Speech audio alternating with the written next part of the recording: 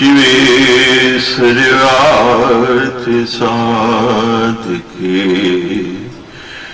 शरणे त्र्यंबके गौरी नारायणी नमोस्तुते।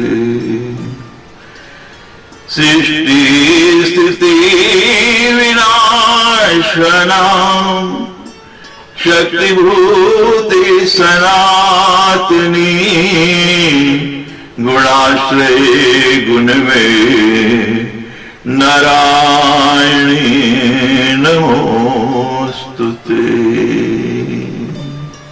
सर्वस्वरूपी सर्वेशी सर्वशक्ति समन्विते विविस्राहि नो देवी दुर्गे देवी नमोस्तुते।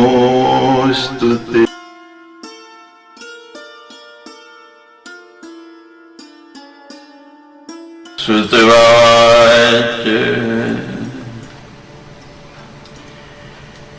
पंचानाम द्रौपदी भार्या सामान्या सपतिव्रता पंचपुत्रस्तु तस्या चतुर्भर्तृभ्यो अतीव सुंदरा। अर्जुनस्य तथा भार्या कृष्णस्य भगिनी शुभा सुभद्राया हिता पूर्वम् जिष्णुना हरिसम्मते। तस्यां जातो महावीरो निहतो सोरराजिरे अभिमन्युर्हर्ता तत्र द्रौपद्या च सुता किल। सूर्य कहने लगे, माननीय द्रौपदी उन पांचों पांडवों की पतिव्रता पत्नी थी। उस द्रौपदी को अत्यंत सुंदर 5 पुत्र उन पत्नियों से उत्पन्न हुए। अर्जुन की एक दूसरी पत्नी श्री कृष्ण की बहन सुभद्रा थी, जिन्हें अर्जुन ने पूर्व काल में भगवान श्री कृष्ण की अनुमति से हर लिया था। उन्हीं सुभद्रा के गर्भ से महान और वीर अभिमन्यु का जन्म हुआ। वे संग्राम भूमि में मारा गया। उसी युद्ध में द्रौपदी के 5 पुत्र भी मारे गए। वीर अभिमन्यु की शेष तथा अत्यंत सुंदर पत्नी महाराज विराट की पुत्री उत्तरा थी। महाभारत के युद्ध में कुरुकुल का नाश हो जाने पर उसने एक पुत्र उत्पन्न किया था। वे द्रोण पुत्र अश्वत्थामा को बाण अग्नि से गर्भ में ही मर गया, किंतु बाद में भगवान श्री कृष्ण ने अश्वत्थामा की बाण अग्नि से निर्दग्ध अपने भांजे के पुत्र को अपने अद्भुत प्राप से पुनः जीवित कर लिया। कुरुवंश के समाप्त होने पर शिव पुत्र उत्पन्न हुआ था, इसलिए वह बालक परीक्षित कहलाया, क्योंकि भगवान ने गर्भ में जाकर उसकी रक्षा की थी। अपने 100 पुत्रों के मारे जाने पर अत्यंत दुखित होकर राजा धृतराष्ट्र भीम के वाग्बाणों से संतप्त रहते हुए अब पांडवों के राज्य में ही रहने लगे। वैसे ही गंधारी भी अत्यंत दुखी होकर जीवन यापन करने लगे। दुखित युधिष्ठिर दिन रात उन दोनों की सेवा करने लगे।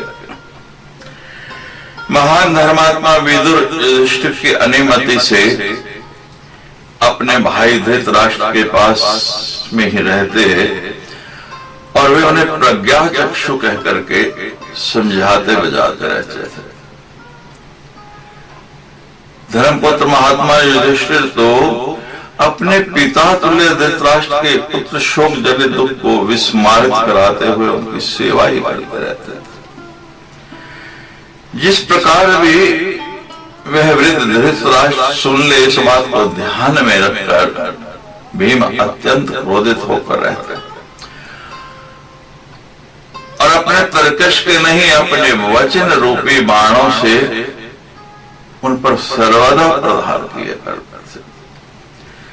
वहां पर उपस्थित लोगों को सुना सुना कर भीम कहा करते थे कि मैंने इस दुष्ट के, इस अंधे के सभी पुत्रों को रणभूमि में मार डाला है और दुशासन के हृदय का रक्त मैंने जी भर के पिया है।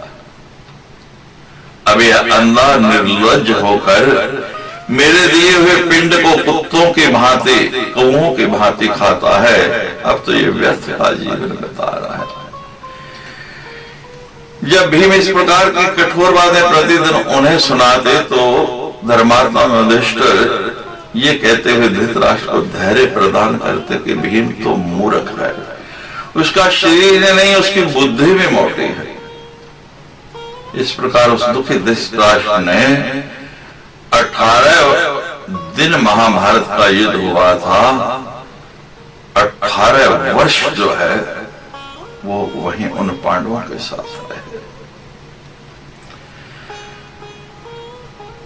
एक दिन युधिष्ठिर से उन्होंने कहा कि अब यहां रह नहीं जाता है, अब मैं वन में जाना चाहता हूं। प्रार्थना की कि अब मैं अपने पुत्रों के लिए विधि पूर्वक पिंड दान करूंगा। यद्यपि भीम ने सभी का आध्यात्मिक संस्कार कर दिया है, किंतु पूर्व वैर का स्मरण करते हुए उन्होंने मेरे पुत्रों का नहीं किया और कर्म करके स्वर्ग फल देने वाला तप करने के लिए अब मैं वन में जाऊंगा। ददासी चे धनम मह्यम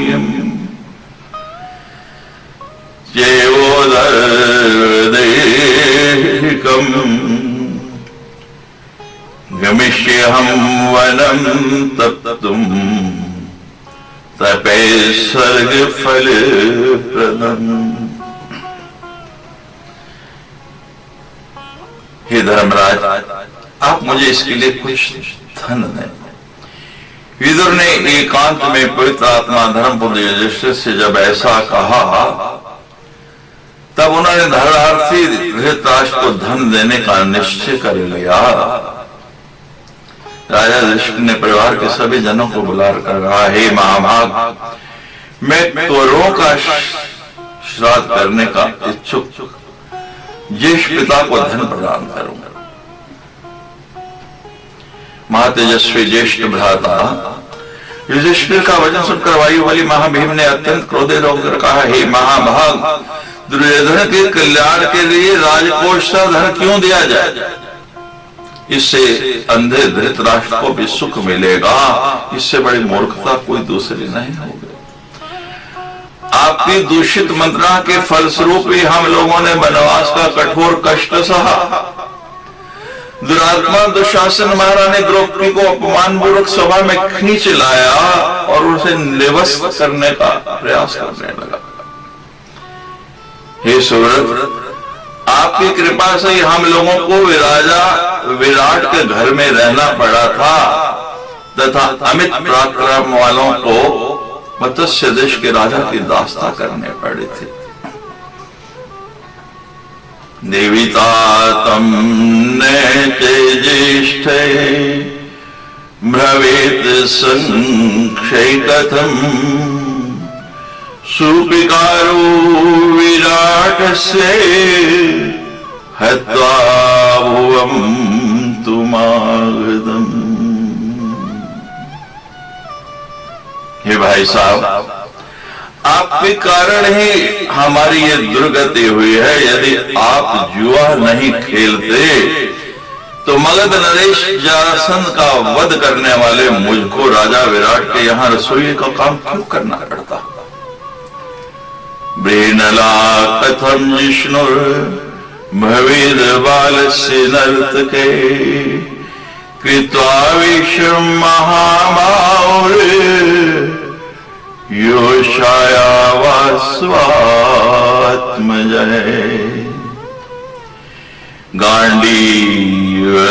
गांडीवशोभितो हस्तो कृतो कंकण शोभितो मानुषं च वपु प्राप्य किम दुःखं स्यादत सम्मरम् दृष्ट्वा वेणीकृतां मूर्धनि कज्जिलं लोचने तथा असिंगृहीत्वा तरसा छिद्यहं नान्यथा सुखम्।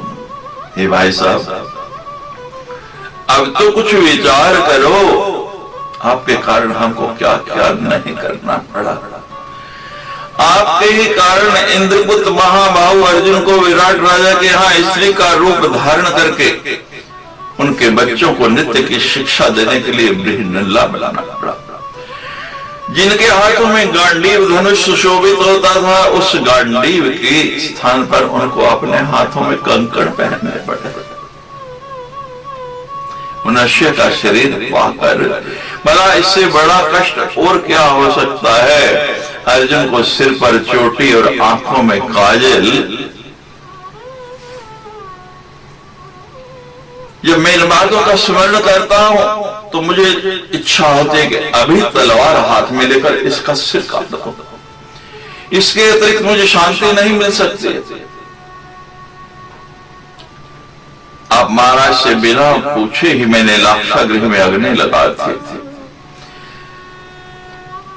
जिससे हम लोगों को जलाने की इच्छा वाला वह पापी प्रवचन स्वयं जल गया। हे राजा, मैंने आपके परामर्श किए बिना ही जैसे सभी कीचकों का वध कर डाला, वैसे ही स्त्रियों समेत धृतराष्ट्र के सभी पुत्रों का भी वध में नहीं कर पाया। हे राजेंद्र, ये आपकी नासमझी ही थे कि जब गांधर्वों ने दुर्योधन आदि हमारे शत्रुओं को बंदी बना लिया था तो वो बंदी रहते और हम सुख से राज्य करते, लेकिन आपने ही तब उन्हें छुड़ा दिया। हे भ्राता, आज पुनः उसी दुष्ट दुर्योधन के कल्याण के लिए आप धन देने की इच्छा कर रहे हैं। आपके कहने पर भी मैं इन्हें धन नहीं दूंगा। जब ऐसा कहकर भीम वहां से चले गए तब उन धर्मपुत्र युधिष्ठिर ने अर्जुन, नकुल तथा सहदेव इन तीनों की सम्मति लेकर धृतराष्ट्र को बहुत सा धन दे दिया। तब अंबिका पुत्र धृतराष्ट्र धन लेकर अपने पुत्रों का विधिवत श्राद्ध कर्म कराया और ब्राह्मणों को बहुत से दान दिए। इस प्रकार अपने पुत्रों का श्राद्ध कर्म करके गंधारी सहित महाराज धृतराष्ट्र कुंती तथा विदुर के साथ शीघ्र ही वन को चले गए। संजय द्वारा सबको यह समाचार मिला कि महामती धृतराष्ट्र वन में जा रहे हैं। उस समय अपने पुत्रों के मना करने पर भी शूरसेन की पुत्री कुंती उनके साथ ही वन को चली गई। ये देखकर भीम भी रोने लगा। वे तथा अन्य सभी कौरव उन लोगों को गंगा तट पर पहुंचाकर पुनः हस्तिनापुर पर लौट आए। उसके बाद धृतराष्ट्र आदि गंगा तट पर स्थित शुभयत आश्रम में पहुंचे और वहां पर पर्णकुटी बनाकर एक चित्त होकर तप करने लगे। जब वे तपस्वी चले गए और इस प्रकार तप करते हुए 6 वर्ष बीत गए, तब उनके विरह से संतप्त युधिष्ठिर अपने भाइयों से कहने लगे, मैंने स्वप्न में देखा है कि वन में रहते हुए माता कुंती अत्यंत दुर्बल हो गई है। इसलिए मेरे मन में माता तथा पितृजनों को देखने की प्रबल इच्छा हो रही है। विद्रुम च महात्मानं संजयं च महामतिं रोचते अदीव सर्वान् वराजम् इति मामति। महात्मा विदुर तथा महाबुद्धिमान संजय से भी मेरी मिलने की इच्छा है। यदि आप लोगों को मेरी ये बात उचित लगती हो तो हम सब लोग वहां चले, ऐसा मेरा विचार है। तभी सभी भाई सुभद्रा, द्रौपदी, महाभागा, उत्तरा तथा अन्य नागरिक जन वहां एकत्र हुए। दर्शन के लिए उत्सुक उन पांडवों ने सभी लोगों के साथ शतयुग आश्रम में जाकर धृतराष्ट्र आदि को देखा। वहां जब विदुर जी दिखाई नहीं दिए, वो सब तो थे लेकिन विदुर नहीं, तब धर्मराज युधिष्ठिर ने धृतराष्ट्र से पूछा, हे बुद्धिमान, विदुर जी कहाँ है? तब अंबिका प्रतिष्ठाता ने उससे कहा, विदुर तो विरक्त एवं निष्काम होकर तथा सब कुछ त्याग कर कहीं एकांत में रहते हुए अपने अंतःकरण में परमात्मा का ध्यान कर रहे होंगे। दूसरे दिन गंगा जी की ओर जाते हुए युधिष्ठिर ने वन में तपस्या के कारण बहुत ही कमजोर हो चुके, बहुत ही क्षीण देह वाले व्रतधारी विदुर जी को देखा। उन्हें देखकर महाराज युधिष्ठिर ने कहा, मैं आपको प्रणाम करता हूँ। ये सुनकर भी निष्पाप विदुर जी ठूंठ वृक्ष के समान अचल रहे, स्थित रहे। क्षणेन विद्रस्यान्ते स्थितं तेज अद्भुतम् लीनं युधिष्ठिरास्य धर्मांश तत्परस्परम्। उसी क्षण विदुर जी के मुख से एक अद्भुत तेज निकला और वह तत्काल ही युधिष्ठिर जी के मुख में समा गया, क्योंकि ये दोनों ही धर्म के अंश हैं, विदुर जी भी और युधिष्ठिर जी। इस प्रकार विदुर जी ने प्राण त्याग कर दिया। युधिष्ठिर बहुत शोकाकुल हो गए, बहुत दुखी हो गए। वहीं वन में उन्होंने विदुर जी के शरीर का दाह संस्कार करने का प्रबंध किया। श्रमस्तु तदाराज्ञो वागुवाच शरीरिणी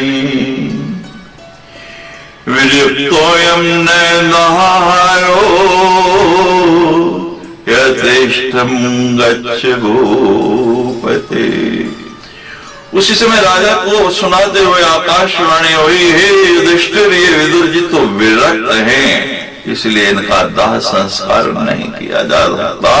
ये दाह संस्कार के योग्य नहीं है, आप इच्छा अनुसार यहाँ से प्रार्थना करें। ये सुनकर उन सभी भाइयों ने गंगा के निर्मल जल में स्नान किया और वहां जाकर धृतराष्ट्र से सभी वृत्तांत विस्तार पूर्वक बताया। उसके बाद वो सब पांडव नागरों के साथ उस आश्रम में बैठ गए। उसी समय सत्यवती पुत्र व्यास जी तथा नारद जी भी वहां पहुंच गए। अनेक मुनिगण भी वहां धर्मपुत्र युधिष्ठिर के पास आ गए।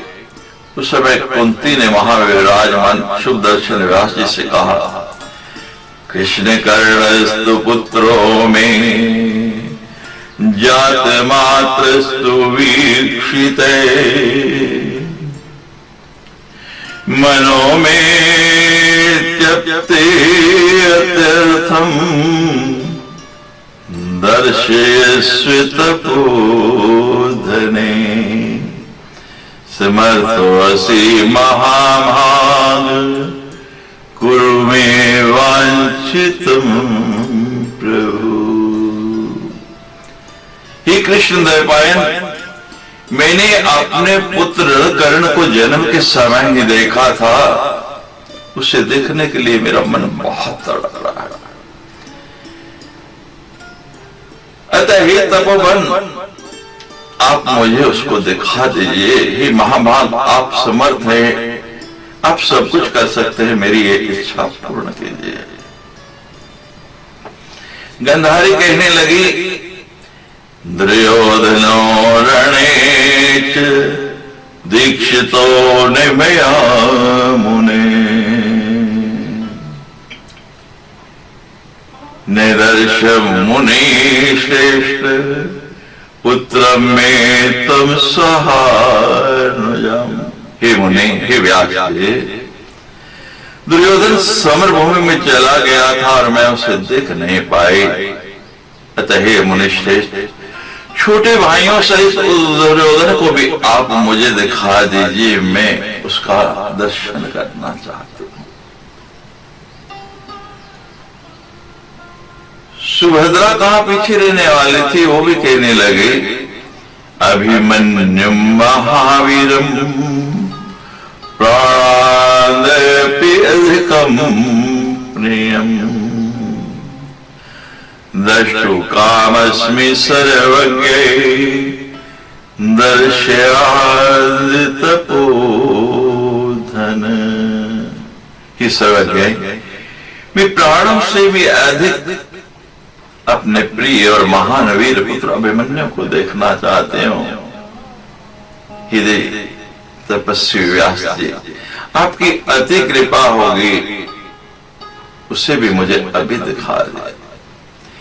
सूजी कहने लगे, इस प्रकार के वचन सुनकर सत्यवती पुत्र व्यास जी ने प्राणायाम करके सनातनी देवी भगवती मां जगदम्बा का ध्यान किया।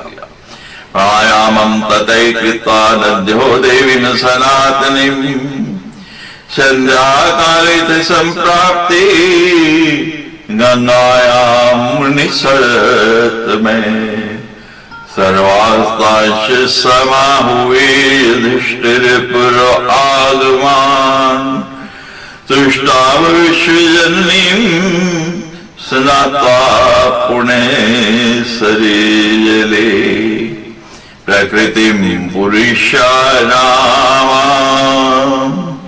सगुणां निर्गुणां तथा देवदेवीं ब्रह्मरूपां मणिदीपाधिवासिनीं।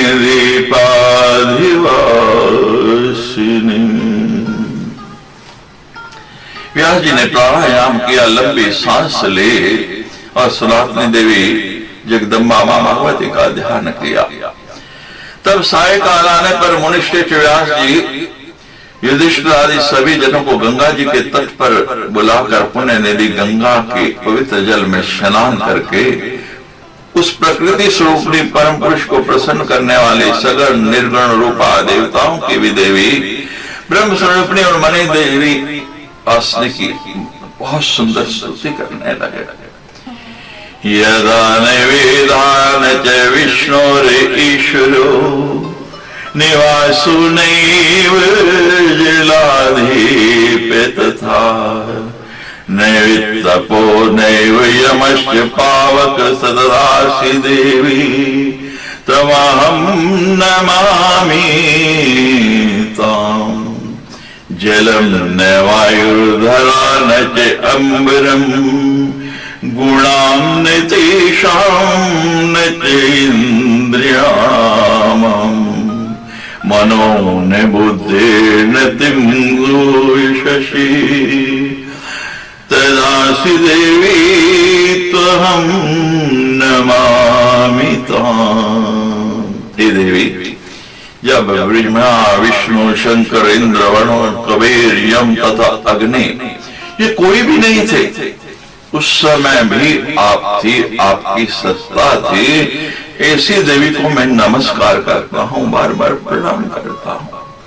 जिस समय जल वायु पृथ्वी आकाश उनके रस आदि गुण समस्त इंद्रियां अहंकार मन बुद्धि सूर्य तथा चंद्रमा ये कोई भी नहीं थे। जब अंबर की कोई निशानी नहीं थी, कहीं पर भी हवा और पानी न था, उस समय भी भगवती आप थे। तब भी आप विद्यमान थे। ऐसी महाशक्ति पराम्बा मैं आपको बार बार प्रणाम करता हूं। इमं जीवे लोकम समाधाय चित्ते गुणर्लिंग कोशं च नीता समाधो सीता कल्पकालं न्यस्यात्र मंत्रा न कोप्यस्ति वेता विवेकं गतोपि। हे मां, ये लोग मृत व्यक्तियों के पुनः दर्शन के लिए मुझसे प्रार्थना कर रहे हैं, किंतु मैं ऐसा करने में समर्थ नहीं हूं। लेकिन मां, आप तो सब कुछ कर सकती हैं, आप सर्वसमर्थ हैं। प्रार्थ्यहं मां लोको मृतानां दर्शनं पुनः नाहं क्षमोऽस्मि मातः स्वं दर्याशु जनामृतान्।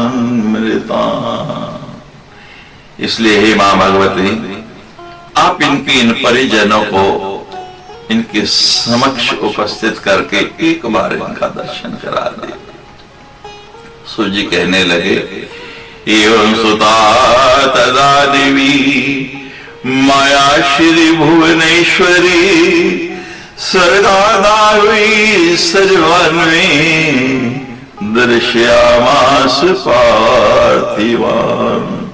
व्यास जी के द्वारा इस प्रकार स्तुति किए जाने पर महामाया श्री भुवनेश्वरी देवी ने समस्त मृत राजाओं को स्वर्ग से बुलाकर उनके परिजनों को दिखा दिया।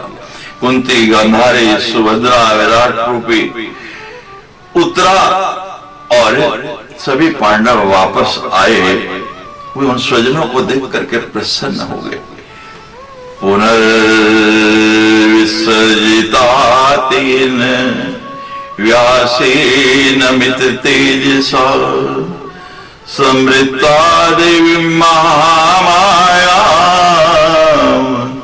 इंद्रजालाभियोजतम। उन अपरिमित तेज वाले व्यास जी ने महामाया देवी का स्मरण करते हुए इंद्रजाल की भांति ही उनको प्रकट किया और लौटा दिया। उसके बाद तदा पुष्टवायु सर्वी पांड्या मुनेस्तथा राजा नागपुरम प्राप्ते कुरुन व्यास कथा पति। उसके बाद धृष्टादि तापसों से आज्ञा लेकर सभी पांडव तथा मुनिजन वहां से चल गए। राजा युधिष्ठिर भी मार्ग में व्यास जी की चर्चा करते हुए कितने तपस्वी हैं, मां भगवती को कैसे हमारे सामने आवाहन करके और हमारे सभी परिवारजनों का उन्होंने दर्शन करा दिया। उन मां भगवती के हम सदा शरणागत रहेंगे, सदा ही उनका वंदन, उनका आराधन और उनको नमन करते रहेंगे। इति श्रीमद्देवी भागवते महापुराणे अष्टादशसहस्रयां संहितायां द्वितीय स्कन्धे पांडवानां कथानकं वेताराम दर्शन वर्णनम नाम सप्तमोऽध्याय। सच्चे दरबार की जय।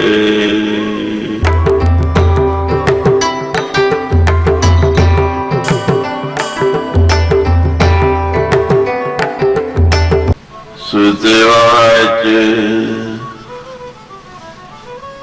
ततो दिने तित्येत धृतराष्ट्रस्य भूपति दावाग्निनावने दग्धे सभारे कुन्ती संयुत संजय तीर्थयात्रायां गतस्त्यक्त्वा महीपतिं श्रुत्वा युधिष्ठिरो राजा नारदा दुःखमाप्नुः। सूजी कहने लगे, वास्य पांडवों के प्रस्थित होने के तीसरे दिन उस स्वर्ग में दावा अग्नि लगी और उसमें कुंती, गंधारी सहित राजा धृतराष्ट्र जो है वो जल गए। संजय पहले ही धृतराष्ट्र को छोड़कर तीर्थ यात्रा के लिए चले गए थे। जब नारद जी से ये वृत्तांत सुना तो राजा युधिष्ठिर जो है वो बहुत दुखी हो गए। कौरवों के विनाश के 36 वर्ष बीतने पर भी विप्रशाप के प्रभाव से सभी यादव प्रभास क्षेत्र में नष्ट हो गए। ये सभी यादव मदरा पीकर मतवाले हो गए और आपस में लड़कर बलराम तथा श्री कृष्ण के देखते देखते मृत्यु को प्राप्त हुआ।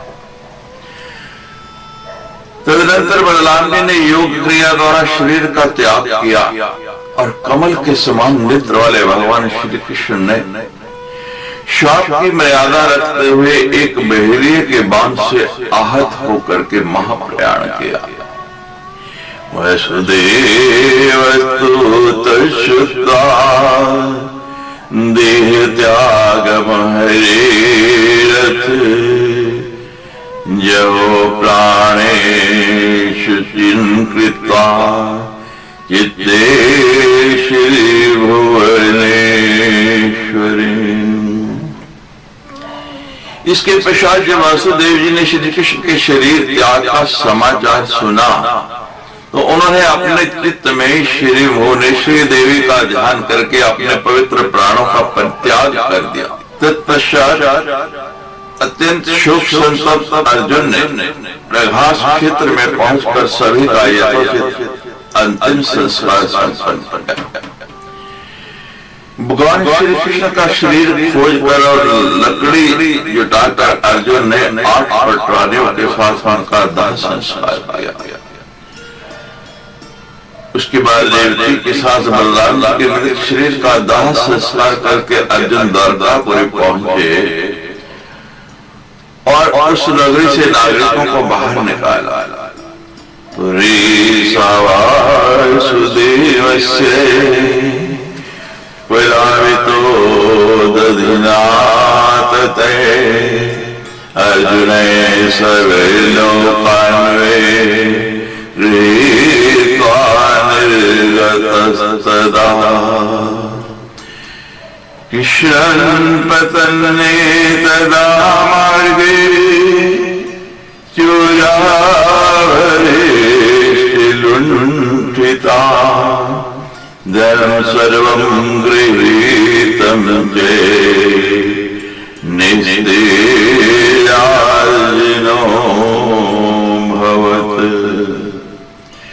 उसके बाद कुछ क्षणों में भगवान श्री कृष्ण की वह द्वारकापुरी समुद्र में डूब गई, किंतु अर्जुन सभी लोगों को साथ लेकर के बाहर निकल गए। मार्ग में चारों वीरों ने श्री कृष्ण की पत्नियों को लूट लिया और समस्त धन छीन लिया। उस समय अर्जुन तेजहीन हो गए। तदनंतर अपरिमित तेज से संपन्न अर्जुन ने इंद्रप्रस्थ पहुंचकर अनिरुद्ध के वज्र नामक पुत्र को राजा बना दिया। अर्जुन ने अपने तेज होने का दुख जो है वो व्यास जी से निवेदित किया, जिस पर व्यास जी ने महारथी अर्जुन से कहा, हे महामते, जब भगवान कृष्ण और आपका पुनः अवतार होगा तब उस युग में आपका तेज पुनः अत्यंत उग्र होगा। उनका ये वचन सुन के अर्जुन वहां से हस्तिनापुर चले गए। वहां पर अत्यंत दुखी होकर अर्जुन ने धर्मराज युधिष्ठिर से समस्त वृत्तांत कहा। भगवान कृष्ण के देह त्याग या विनाश का समाचार सुनकर राजा युधिष्ठिर ने सब कुछ त्याग कर हिमालय की ओर जाने का निश्चय किया।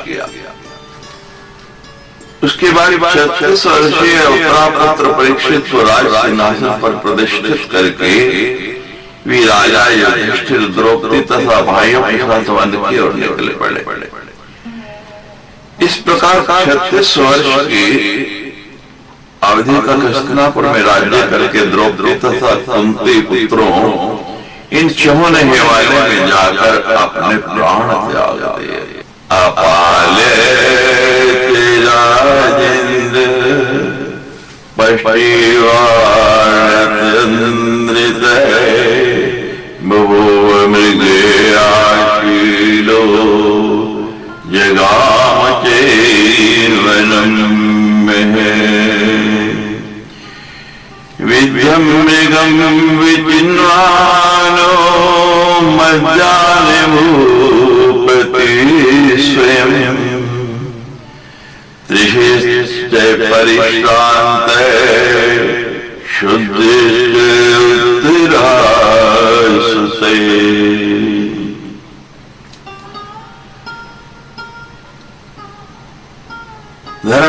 परीक्षित ने भी आलस्य रहित भाव से 60 वर्षों तक संपूर्ण प्रजा का पालन किया।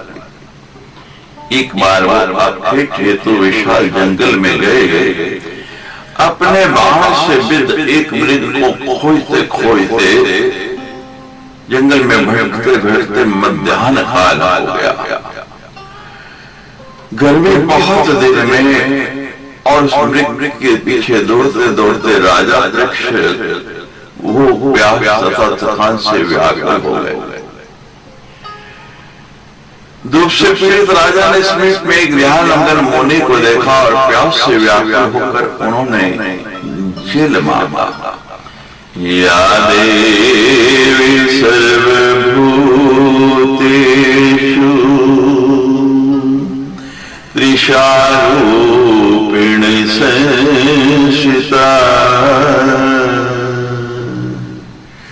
नमस्तस्यै नमस्तस्यै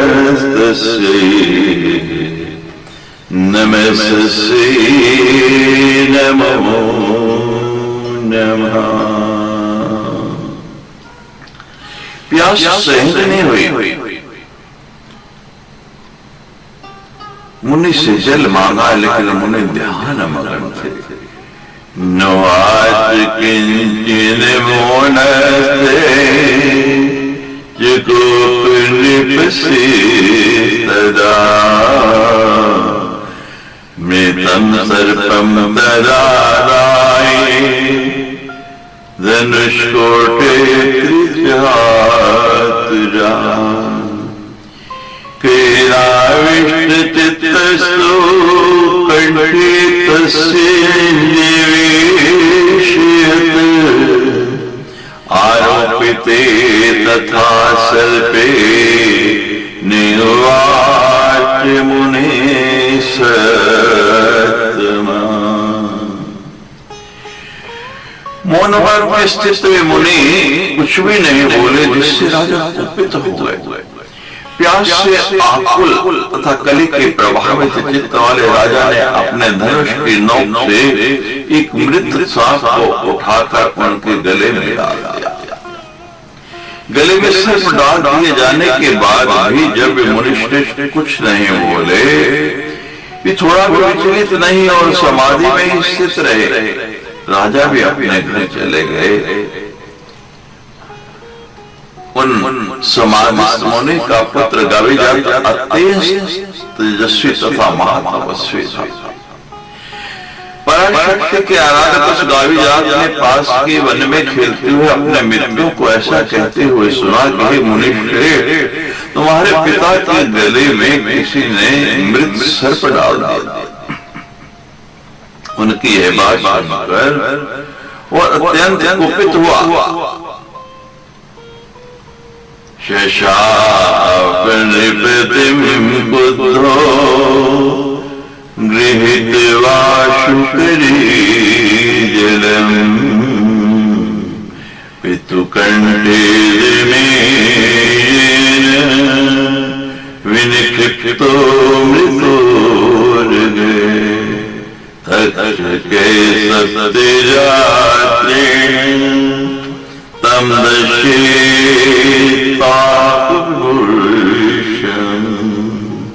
मुने शिष्योत्थिराजानम् समुपेत्य गृहे स्थितम्। हाथ में जल लेकर अत्यंत कुपित होकर उसने राजा को शाप दे दिया कि जिस भी व्यक्ति ने मेरे पिता के गले में हुए मरा हुआ सांप डाला है, उस पापी पुरुष की 1 सप्ताह में तक्षक डस लेगा। मुनि के शिष्य में महल में स्थित राजा परीक्षित के समीप जाकर मुनि पुत्र के द्वारा दिए गए शाप की बात कही। ब्राह्मण के द्वारा दिए गए शाप को सुनकर अभिमन्यु पुत्र परीक्षित ने उसे अनिवार्य कार्य समझकर वेद मंत्रियों से कहा, अपने अपराध के कारण मैं मुनि पुत्र से शापित हुआ। ये मंत्रियों, अब मुझे क्या करना चाहिए? आप लोग कोई उपाय सोचे।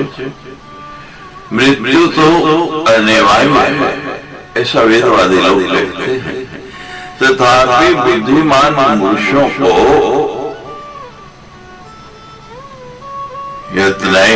तथापि शास्त्रोक्ते कर्तव्ये सर्वथा बुद्धे उपायवादिने प्रवरन्ति मनीषिणा। शास्त्रोक्त रीति से सरला ये प्रयत्न करना चाहिए।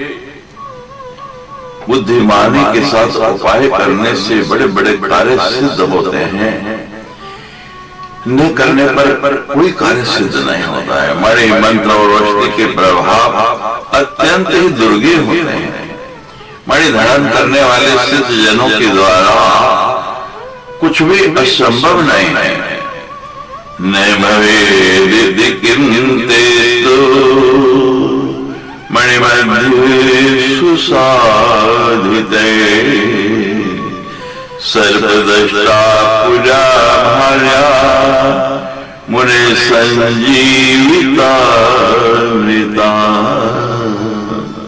पूर्व काल में किसी ऋषि पत्नी को सर्प ने काट लिया था, जिससे वे मर गई थी। उस समय उसी मुनि ने अपनी आयु का आधा भाग देकर उस शेष अप्सरा को जीवित कर दिया था। दत्तायुष्टे मुनिना सावरा भवितव्येन विश्वासे कर्तव्या सर्वथा मुने। इसलिए बुद्धिमान लोगों को चाहिए कि वे भवितव्यता पर विश्वास न करें, उपाय भी करें। हे सज्जनों, आप लोग यह दृष्टांत प्रत्यक्ष देख लें। इस लोक या परलोक में ऐसा कोई भी मनुष्य नहीं दिखाई देता है जो केवल भाग्य के भरोसे रहकर उद्यम न करता। हम भाग्य के भरोसे ही बैठे रहें और कोई पुरुषार्थ न करें, कोई मेहनत न करें, तो फिर तो कुछ भी प्राप्त नहीं हो सकता है। गृहस्थी से विरक्त मनुष्य सन्यासी होकर जगह जगह भिक्षाटन के लिए बुलाने पर अथवा बिना बुलाए भी गृहस्थों के घर जाता है। देव प्राप्त उस भोजन को क्या कोई मुख में डाल देता है? उद्यमीन बिना चास्य विदुरे समेश कृतम् प्रयत्न देवोद्यमे कार्यो यदा सिद्धिं नयाति उद्यम के बिना वे भोजन मुख से उदर में प्रवेश नहीं कर सकता है।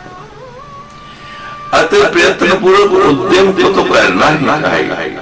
यदि सफलता न मिले तो बुद्धिमान पुरुष मन में ये विश्वास कर रहे कि देव यहाँ प्रबल है। मंत्री ने कहा, हे महाराज, वे कौन मुनि थे जिन्होंने अपने आधी आयु देकर अपनी पत्नी को जीवित किया था? वो कैसे मारे गए थे? ये कथा हमें विश्वास होती है। राजा कहने लगे, मैं ऋषि भृगु की सुंदर स्त्री थी जिसका नाम पुलोमा था। उससे परम विख्यात च्यवन मुनि का जन्म हुआ था। च्यवन की पत्नी का नाम सुकन्या था। वही महाराज शर्याती की रूपवती कन्या थी। उस सुकन्या से श्रीमान प्रमति ने जन्म लिया, जो बड़े यशस्वी थे। उस प्रमति की प्रिय पत्नी का नाम प्रतापी था। उन्हें राजा प्रमति के पुत्र परम तपस्वी रुरु हुए। उन्हीं दिनों स्थूलकेश नाम एक विख्यात ऋषि थे जो बड़े बड़े तपस्वी धर्मात्मा और सत्यनिष्ठ थे। इसी बीच त्रिलोक सुंदरी मेनका नाम की श्रेष्ठ अप्सरा नदी के किनारे जल क्रीड़ा कर रही थी। वह अप्सरा विश्वासु द्वारा गर्भवती होकर वहां से निकल पड़े। उस शिष्ट अप्सरा ने स्थूलकेश के आश्रम में जाकर नदी तट पर त्रैलोक्य सुंदरी कन्या को जन्म दिया और वह उसे छोड़कर चली गई। तब उस नवजात शिशु कन्या को अनाथ जानकर मुनिवर स्थूलकेश अपने आश्रम में ले गए, उसका लालन पोषण किया और उन्होंने उसका नाम परमद्वारा रख दिया। धीरे धीरे वो कन्या जवान होने लगे, बड़े होने लगे। साकालयोविनम प्राप्ता सर्वलक्षण संयुता रुरुदृष्टवातां बालां कामवार्धतो हेव्यो। वह सर्वलक्षण संपन्न कन्या यथा समय यौवन को प्राप्त हुई। उस सुंदरी को देख करके काम मोहित हो गए। इति श्रीमद्भागवते महापुराणे अष्टादशसहस्रायां संहितायां द्वितीये स्कन्धे रुरुचरित्रवर्णनं नाम अष्टोऽध्यायः। बोलो सच्चे